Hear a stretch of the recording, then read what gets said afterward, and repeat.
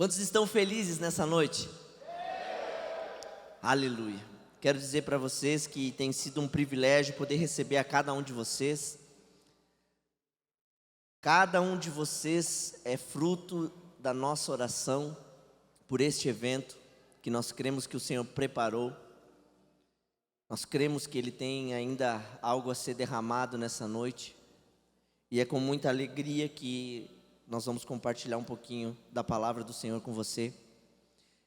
Nós viemos pela manhã de 3 sessões extremamente intensas sobre o aperfeiçoamento da nossa identidade e propósito, nossa origem, nosso nascimento, as nossas características e o nosso desenvolvimento. E nessa noite eu quero encerrar, então, com a diferença que há entre um artista e um adorador. E eu falo isso nessa noite não apenas para alguém que canta, ou que toca algum instrumento, ou que exerce alguma arte. Sabe, a palavra artista, ela tem o significado no dicionário, aquele que interpreta uma obra musical, teatral, cinematográfica, coreográfica, ator, cantor, dançarino, artista de cinema, indivíduo que demonstra ser sensível ao considerado artístico, que tem gosto pelas artes plásticas, pessoa que exerce um ofício com gosto. Então, o artista, na verdade, é todas aquelas pessoas que, vamos dizer assim, trabalham naquilo que amam, que exercem o seu ofício naquilo que amam. E a primeira coisa, por mais que nessa noite eu vou comparar artista com adorador, eu preciso, à luz da palavra, desmistificar algo que nos últimos anos principalmente foi deturpado, que é o significado da palavra artista. Hoje nós atrelamos o artista àquele que vende algo ou que trabalha e que sobrevive de sua arte. E no meio gospel, no meio evangélico, isso ficou rotulado aquelas pessoas que cantam, que tocam ou que ministram a palavra e vão a lugares e cobram por fazer isso. Ou somente eu que tenho esse conceito hoje, que você ouve a palavra artista e já vem na sua mente algo linkado a alguém que sobrevive ou que vive, depende financeiramente de ir a lugares e oferecer a sua arte em troca de uma recompensa. Só que mediante a luz da palavra, nós precisamos entender que não é esse o significado. Porque nessa noite eu não quero que você entenda que o artista é algo ruim. O problema todo é que o homem, ele distorceu aquilo que Deus criou. Se nós formos para Gênesis, lá no início da criação, nós vemos que a arte, ela está extremamente ligada ao caráter de Deus, porque Ele é um Deus criador. Ele não é um Deus copiador. E todo aquele que cria, ele não é um artista. A origem do artista, ela não é ruim, porque é a origem do próprio Deus. Deus fala em Gênesis: façamos o homem à nossa imagem e à nossa semelhança. É palavra. Então, todos nós somos artistas pintados pelo próprio Deus, ou criados pelo próprio Deus. Tem até uma música que relata isso, né? O maior pintor do mundo, né? Não vou entrar nesse mérito aqui. Mas enfim, antes de nós entrarmos na questão do adorador ou artista, eu preciso trazer para você uma atualização sobre isso. Então, abre a tua Bíblia lá em Êxodo, capítulo 20. Êxodo capítulo 20.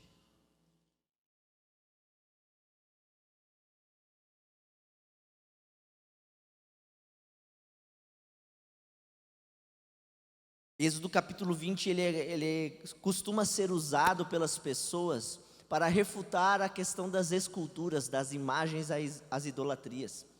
E muitos usam esse texto para refutar os artistas, aqueles que criam alguma arte, ou que criam esculturas, ou que criam obras, ou que criam pinturas. Só que Deus nunca foi contra as artes, mas sim contra a sua idolatria.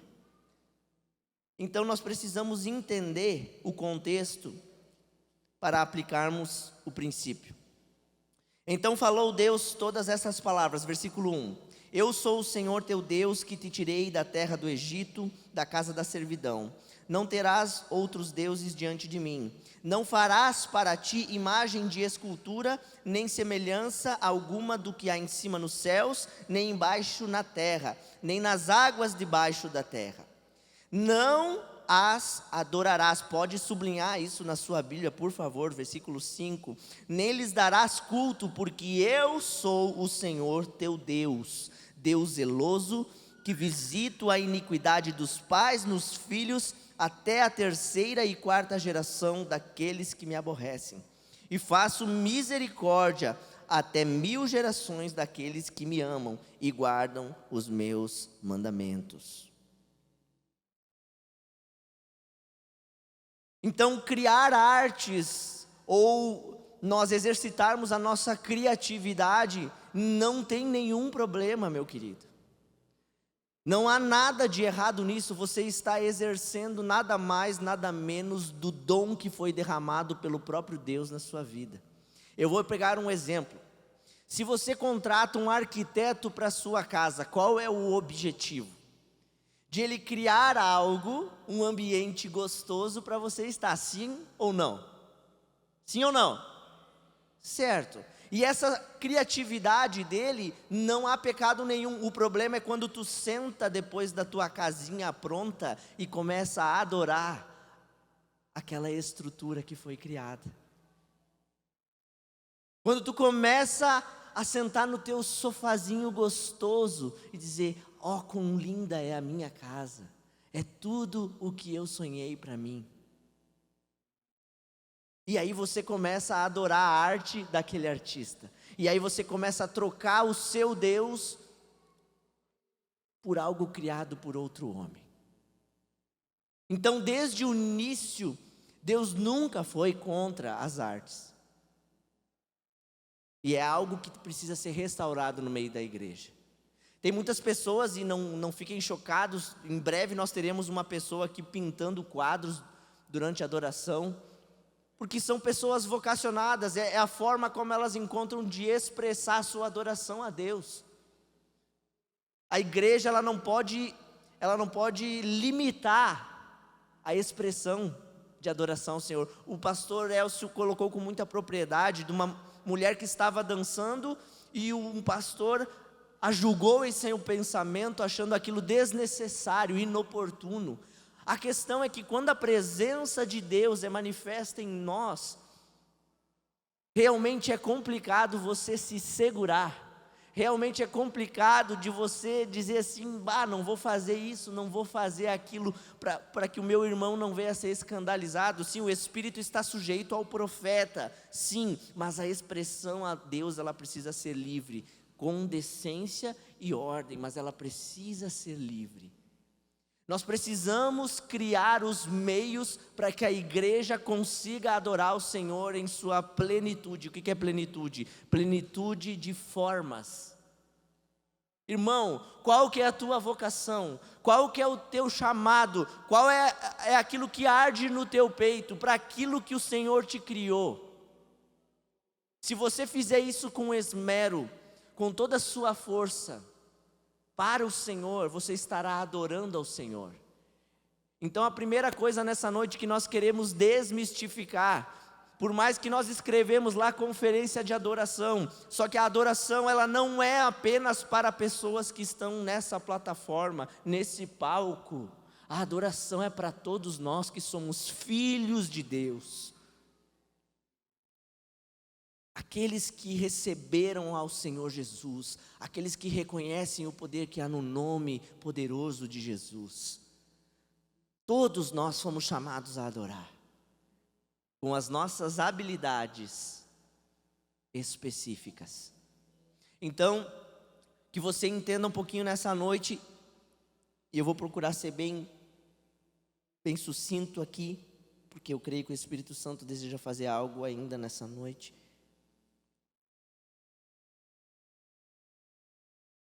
Não podemos criar ídolos a partir das nossas artes. Não faça do seu trabalho, muitos dizem, eu sou apaixonado por aquilo que eu faço. Ok, mas não adore aquilo que você faz. Adore aquele que te criou. Adore aquele que te deu a habilidade, que te deu o dom. A Ele sim você deve adorar. A Ele você deve prestar o culto. A Ele você deve prestar o louvor. A Ele você deve entoar os seus lábios e dizer: digno, santo, majestoso, poderoso, inigualável, Deus Santo. Mas a arte nós não podemos adorar. Em Êxodo 31, do 1 ao 6, disse assim: disse mais Jeová a Moisés: eis que chamei por nome Bezalel, filho de Uri, filho de Ur, da tribo de Judá, e o enchi do Espírito de Deus no tocante à sabedoria, à inteligência, à ciência e a toda sorte de obras, para fazer, o que está escrito aí na sua Bíblia? Invenções, para trabalhar em ouro, em prata e em cobre, para gravar pedras de engaste, para entalhar madeiras e para trabalhar em toda sorte de obras. Eis que eu designei juntamente com ele a Aholiabe, e filho de Aisimaque, da tribo de Dan, e pus a sabedoria nos corações de todos os homens hábeis, para fazerem tudo o que eu tenho ordenado. Por favor, sublinha o versículo 6, a parte que diz: pus sabedoria nos corações de todos os homens hábeis, para fazerem tudo o que eu tenho ordenado. O artista em si, ele não tem problema algum de desenvolver a sua arte, desde que ele obedeça esse princípio de sabedoria que foi derramado no seu coração, através das suas habilidades, para fazer tudo aquilo que o Senhor lhe ordenou.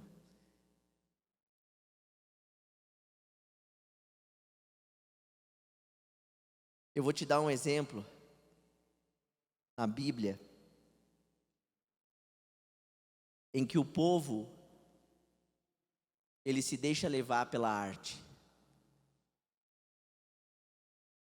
Abre a tua Bíblia aí, Êxodo capítulo 32.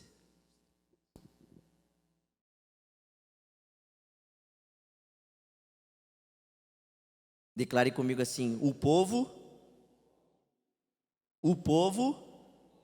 é impaciente.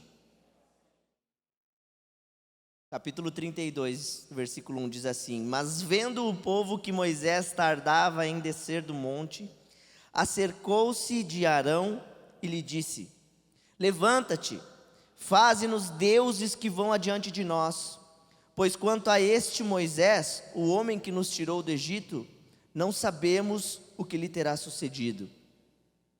Disse-lhes Arão: tirai as argolas de ouro das orelhas das vossas mulheres, vossos filhos e vossas filhas, e trazei-mas. Então todo o povo tirou das orelhas as argolas e as trouxe a Arão. Este, recebendo-as das suas mãos, trabalhou o ouro com buril e fez dele um bezerro fundido. Então disseram: são estes, ó Israel, os teus deuses que tiraram da terra do Egito. Arão, vendo isso, edificou um altar diante dele e, apregoando, disse: amanhã será festa ao Senhor. Vou parar por aqui um pouquinho. Você vê como o povo é impaciente. Você vê como o povo, ele não espera o sinal do próprio Deus. Arão, ele era um artista, irmãos. Ou você acha que para ele esculpir um bezerro de ouro assim, no meio do povo, ele era mágico? Ele tinha uma habilidade. Deus derramou uma habilidade sobre ele. O problema é que o artista, que não é conduzido pelo próprio Deus, ele ouve apenas a voz do povo e constrói ídolos que o povo lhe pede.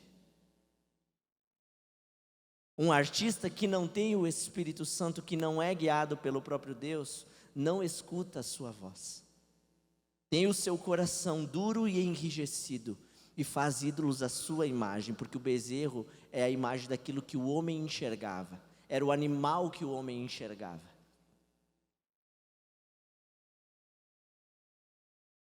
E você vê aqui no versículo 5, Arão vendo isso edificou um altar diante dele e apregoando disse, amanhã será festa ao Senhor. Ele, além de fazer um bezerro de ouro, ele olha para aquilo e ele acha muito bonito e diz, não, amanhã nós vamos fazer uma festa para o Senhor. Esse é o Deus que te tirou do Egito, povo de Israel. O engano, ele é o primeiro sentimento que começa na mente do artista. Ele acha que por fazer a vontade do povo, ele está agradando a Deus. Isso nunca vai dar certo.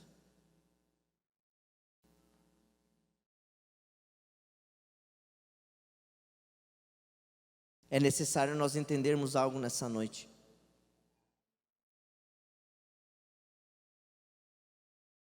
Um adorador pode ser um artista, mas é difícil um artista ser um adorador.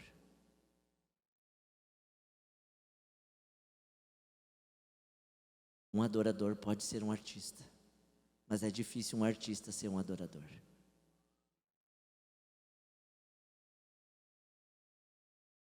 O adorador, ele vem antes das nossas habilidades.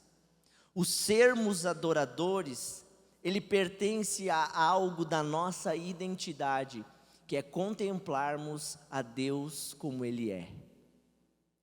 Gênesis, capítulo 2, façamos o homem à nossa imagem e semelhança.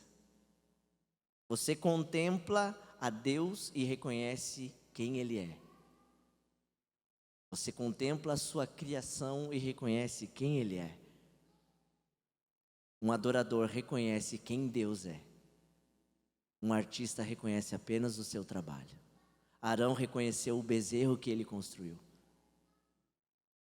Moisés, logo na sequência, no capítulo 33, versículo 15, o que Moisés diz? Então lhe disse Moisés, se a tua presença não vai comigo, não nos faças subir deste lugar. Um adorador se preocupa com a presença e não com o elemento. Um adorador se preocupa com a essência e não com a estrutura. Um adorador se move pelo Espírito e não por suas vontades. E é aqui que nós vamos começar o nosso paralelo entre artista e adorador. Abre aí em João 4:23. Quais são as características de um adorador? Foi ministrado hoje pela manhã. Mas eu preciso reforçar isso nessa noite. João 4:23. No diálogo entre Jesus e a mulher samaritana encontramos uma grande revelação de Jesus para conosco. Quando a mulher lhe perguntou sobre a adoração, onde seria e como seria, Jesus responde de uma maneira gloriosa, relatando detalhadamente como e onde seria o ato tão crucial na vida dos homens. Não é um lugar e nem a situação que irão identificar os adoradores, mas as ações e comportamento identificarão os verdadeiros adoradores, pois os tais Deus está procurando. Você abriu aí João 4:23. Vou ler rapidamente. Mas vem a hora, e já chegou, em que os verdadeiros adoradores adorarão o Pai em espírito e em verdade, porque são estes que o Pai procura para seus adoradores. Eu quero que você sublinhe, não o texto, mas eu quero que você sublinhe uma palavra que diz verdadeiros, antes de adoradores. Se a palavra nos diz verdadeiros adoradores, é porque há os falsos adoradores. Há aqueles que parecem adoradores, que por fora, que numa performance parecem adoradores, mas no seu íntimo não são verdadeiros adoradores. Um adorador, então, dentro das características, ele não escolhe ambiente para adorar. João 12:3, então Maria, tomando uma libra de bálsamo de nardo puro, de grande preço, ungiu os pés de Jesus e os enxugou com os seus cabelos, e encheu-se a casa do cheiro do bálsamo. Um adorador não escolhe o ambiente, um adorador não se importa com a circunstância, ele demonstra e ele derrama e ele entrega o seu melhor em toda circunstância, como se fosse a última vez que ele estivesse com o Senhor. E essa entrega, ela perfuma o ambiente, ela inunda todo o ambiente ao seu redor. Aqui diz que encheu-se a casa do cheiro do bálsamo. Um verdadeiro adorador causa um bom perfume, exala o bom perfume com a sua adoração. A segunda característica, um adorador verdadeiro não se cala diante das dificuldades. Marcos 10:47.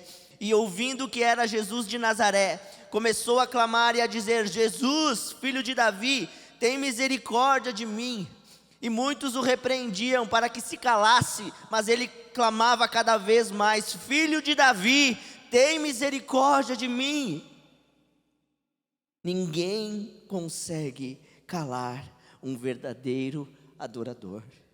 Mesmo quando todos o criticam e o sufocam, mesmo assim o seu brado chega diante do trono da graça. Um verdadeiro adorador não encontra céus fechados. Um verdadeiro adorador não se cala diante das dificuldades. Um verdadeiro adorador clama até que a glória do Senhor venha.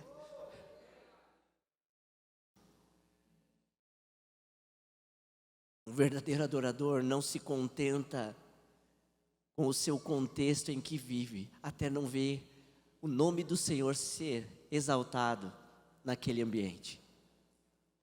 Como assim, Felipe? Sim, se você vive num ambiente de trabalho de corrupção, de mentira, você vai clamar ao Senhor ao ponto que a sua glória irá transformar aquele lugar de mentira em verdade, de trevas em luz, ao ponto do seu nome ser glorificado.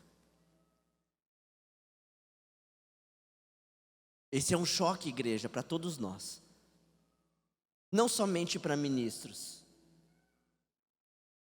Sabe, essa plataforma aqui, sendo bem sincero para vocês, eu estou com meus 33 anos agora.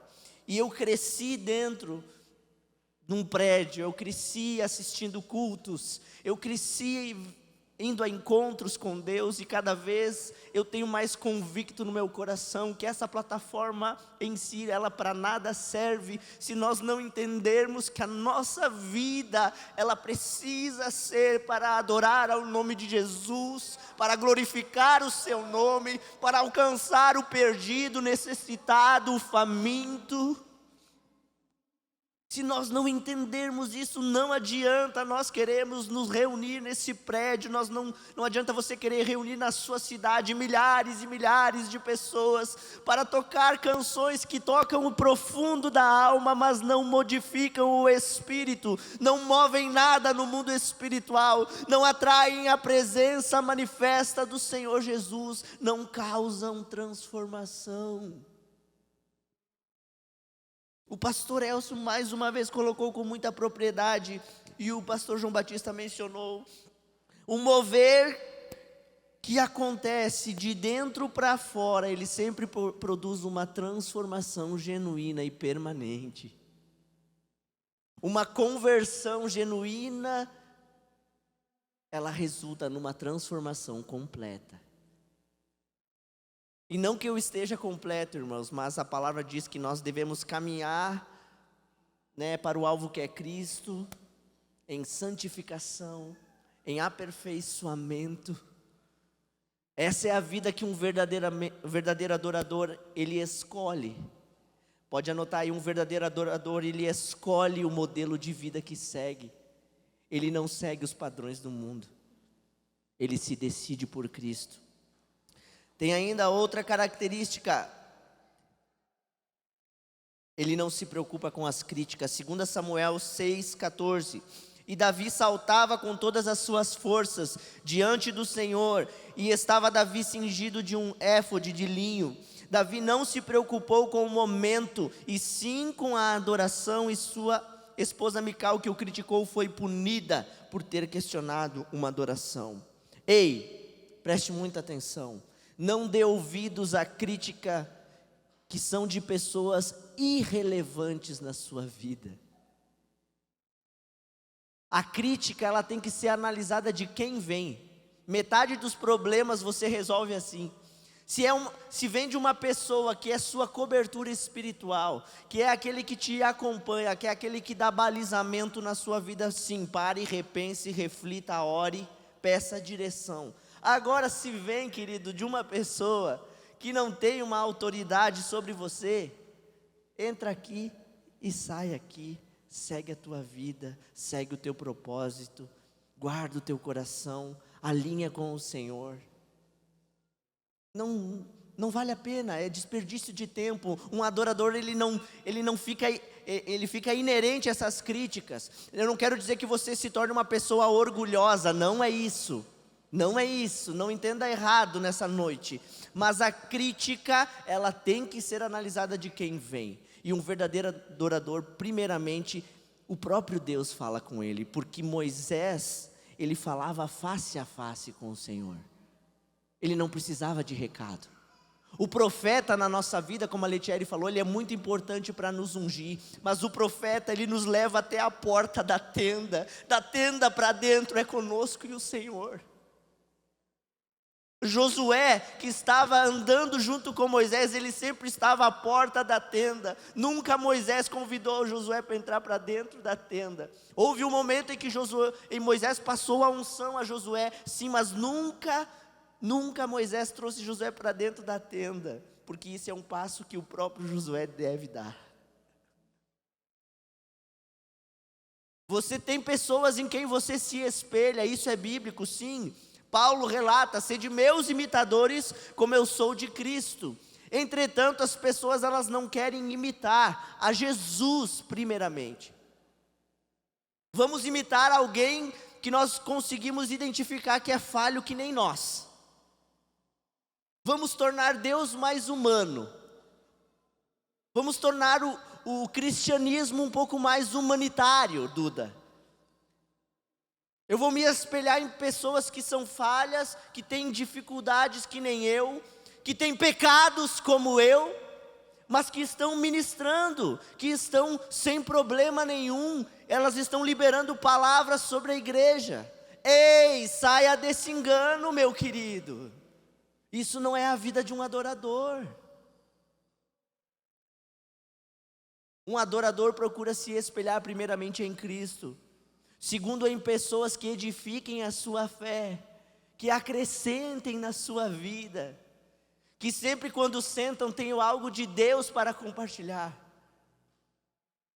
tenha algo para acrescentar na sua vida, não seja momentos de jogar a conversa fora. O nosso tempo, ele é muito precioso para estarmos jogando conversa fora.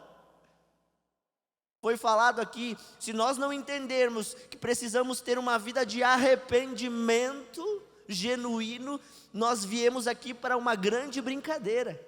Você viajou vários quilômetros, você gastou o seu dinheiro, o seu recurso para desperdiçar com uma brincadeira. E nós não acreditamos nisso, nós não cremos nisso. Nós cremos que você deseja que o próprio Deus, Ele impulsione você na sua vocação, no seu chamado, mas como um adorador genuíno. Não importa a área que você atua, não importa a vocação que você tenha, mas um adorador que muda ambientes, que atrai a presença, que a coisa mais importante para você é a doce e gloriosa presença do Abba Pai. Que você possa dizer como Moisés, em Êxodo 33, se a tua presença não for comigo, não me faça sair deste lugar. O Senhor queria mandar a nuvem, queria mandar o anjo. Moisés, não, Senhor, não me basta, é a tua presença que eu preciso. É a tua presença. Rapidamente, a diferença entre um artista e um adorador. Esse aqui você pode anotar aí, bem rapidinho. Artista se move por estrutura, adorador se move por essência. Artista toca na alma, adorador toca no espírito. Artista busca glória e fama pessoal, adorador glorifica e exalta a Deus sobre todas as coisas. Artista encena algo que não é real, faz uma interpretação, ele atua. Um adorador transparece sua vida de secreto no altar. Não adianta querer fabricar aqui no palco aquilo que não é feito no seu secreto. Isso não se fabrica, irmãos, isso se constrói. A adoração é um processo de construção. Quanto mais nos expomos a Deus, mais parecido com Ele nos tornamos. Quanto mais tempo você ficar face a face com Ele e na sua presença, mais parecido com Ele você se torna. E a probabilidade de você começar a transformar ambientes, ela é muito grande. Você queira ou não, porque não depende de você, mas é o reflexo da presença do Abba Pai que está dentro de você. É natural. É natural. Um artista dá aquilo que o povo pede, um adorador dá aquilo que Deus deseja. Mas qual a diferença entre o adorador e o verdadeiro adorador? Na adoração louvamos a Deus e com louvor também adoramos a Deus. Verdadeiros adoradores têm uma vida de adoração, não apenas momentos. Sublinha, por favor. Verdadeiros adoradores têm uma vida de adoração, não apenas momentos. Adoradores em si até nós temos, mas verdadeiros adoradores que vão abdicar das suas inclinações carnais, que vão buscar os frutos do Espírito, que vão buscar que o Espírito Santo os aperfeiçoe no seu caráter. Porque, vamos ser bem sinceros, é muito gostoso nós desfrutarmos desse ambiente de glória. Mas no momento em que o Senhor vem com a correção no nosso caráter, nós, pode parar, Senhor, por aí. Dá uma segurada aí. Tá bom assim. Eu me emociono, eu choro, eu rio, eu danço. Não, isso é apenas o externo. O caráter, ele está extremamente ligado à sua identidade. Não há como separar a sua identidade do seu caráter. Você até consegue disfarçar por algum tempo quem realmente você é, mas um dia essa máscara cai. Porque para sustentar uma mentira é necessário muitas outras mentiras. Para você ser um falso adorador, você tem que criar muitas outras mentiras. Você tem que criar uma vida de ilusão. Por isso que nós cantamos aqui pela manhã, eu não tenho nada, o meu orgulho me consome. Eu não tenho nada, me iludir com o aplauso dos homens. Se você se deixar, querido, levar pelo aplauso dos homens, você vai se perder. Talvez muitos aqui nessa noite iniciaram a sua vocação, iniciaram o seu chamado, o seu ministério. Eu não estou falando de músicos, eu estou falando de ministério, eu estou falando de vocação. Você iniciou muito bem com uma fome e sede pelo Senhor e pela sua palavra. Mas de repente você começou a fazer alguma coisa dentro do reino de Deus. Começou a abrir um culto, começou a levar a palavra nos kids, começou a compartilhar num GC, numa célula, e veio o elogio e veio o aplauso. E isso te conquistou, isso te seduziu, isso te impulsionou, isso vislumbrou os teus olhos, e aí você caiu no seu orgulho, na sua vaidade. Nós precisamos vigiar o nosso coração.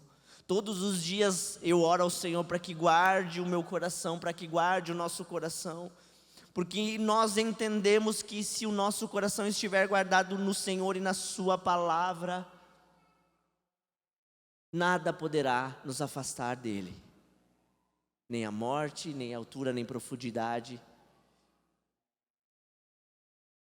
nem as circunstâncias, nem o presente, nem o porvir. Nada poderá nos afastar dele. Mas o nosso coração ele tem que estar guardado no Senhor. O nosso espírito ele tem que estar num relacionamento profundo e íntimo com o Espírito Santo de Deus. Um adorador, ele ouve muito bem a voz do Senhor. Como assim, Felipe, ouve audivelmente? Querido, audivelmente eu creio que você possa ouvir, mas você tem que estar numa sintonia bem fina, mas graças a Deus pela sua palavra, que é a boca de Deus, todos os dias está disponível para mim e para você. Se você não lembra quando foi a última vez que o Senhor falou contigo, muito provavelmente é porque esse livro está fechado na cabeceira da tua cama, ou guardado em uma gaveta, ou mesmo até aberto no Salmo 91, ou no Salmo 23. Talvez você até saiba alguns versículos de cor, algumas frases de efeito, que lá no início você usava e dava certo. Sabe por que dava certo no início? Porque era tudo o que você sabia. E o Senhor usa, como a Leite falou, o recurso que você tem.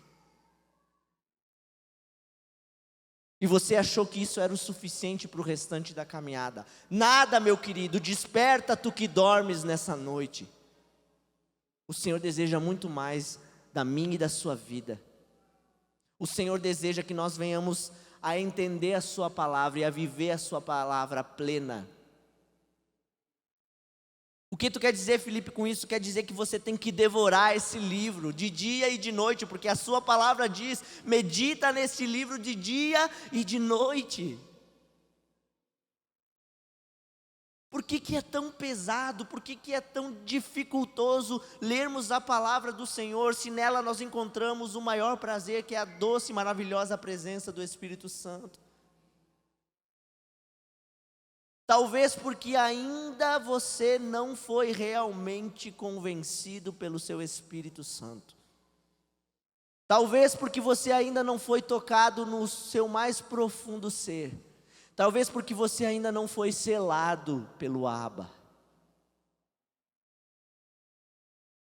Ah, mas eu já passei em várias conferências, eu já fui a vários congressos. Ah, eu já vi muita coisa, eu já vi o milagre. Queridos, isso não quer dizer nada. A nossa experiência com Deus, ela tem que ser algo relevante e produtivo. Senão não passou de uma experiência. Eu posso dar um testemunho muito simples que muitos já conhecem. Você quer falar de milagre? Então fala para alguém que foi ressuscitado nos braços da mãe, com 1 ano de idade. Quer medir o milagre? Eu falo para as pessoas, gente, eu não tenho como negar a Deus. Eu não tenho como. Uma pessoa que chega para mim, eu não acredito em Deus, então olhe para mim, e eu vou chamar os meus pais aqui, e eles vão te contar a história. E se estiver viva a pessoa que testemunhou, ela também vai te confirmar que eu estava preto, morto.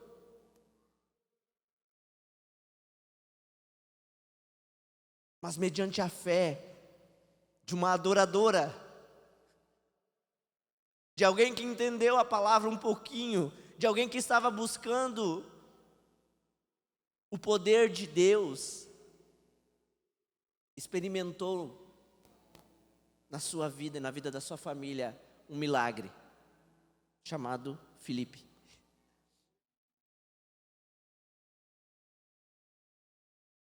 Que não seja necessário você morrer e voltar para você entender isso. Não desperdice mais nenhum minuto da sua vida fazendo aquilo que o Senhor não te chamou para fazer.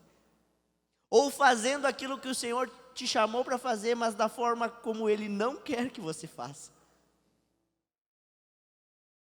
Saia daqui nessa noite pedindo ao Espírito Santo a revelação da forma como você precisa fazer aquilo que Ele te chamou para fazer. A dependência, ela é um fator primordial na vida de um adorador.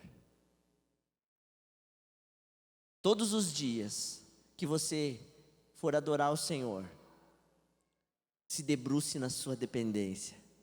Dependência do sacrifício de Jesus pela remissão dos nossos pecados. Dependência que o véu foi rasgado para que nós possamos entrar. Dependência que a sua glória venha para que nós possamos nos mover. Dependência que Ele fale para que você tome uma decisão. Dependência que Ele diga, é por aqui e não por ali. Um verdadeiro adorador reconhece a voz do seu Deus. Um verdadeiro adorador não se move por ruídos, não se move por frases de efeito, se move pela presença.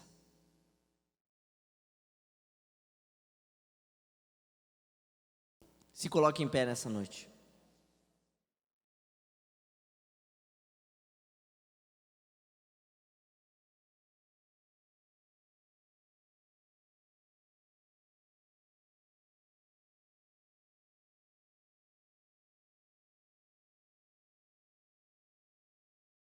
Eu te convido a fazer uma reflexão nessa noite. Até o presente momento. O que a adoração que você tem dado ao Senhor tem gerado? Que fruto ela tem gerado? Que ambiente ela tem transformado? Que pessoas têm sido tocadas quando você abre a sua boca? Que pessoas têm sido curadas quando você libera a palavra?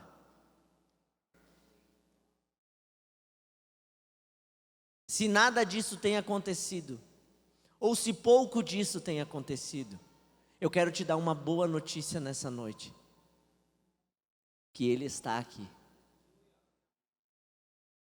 Ele deseja restaurar a essência dentro do teu coração. Ele deseja desfazer todo o espírito de artista que ainda há dentro de mim e de você. E gerar dentro de nós um espírito de verdadeiros adoradores.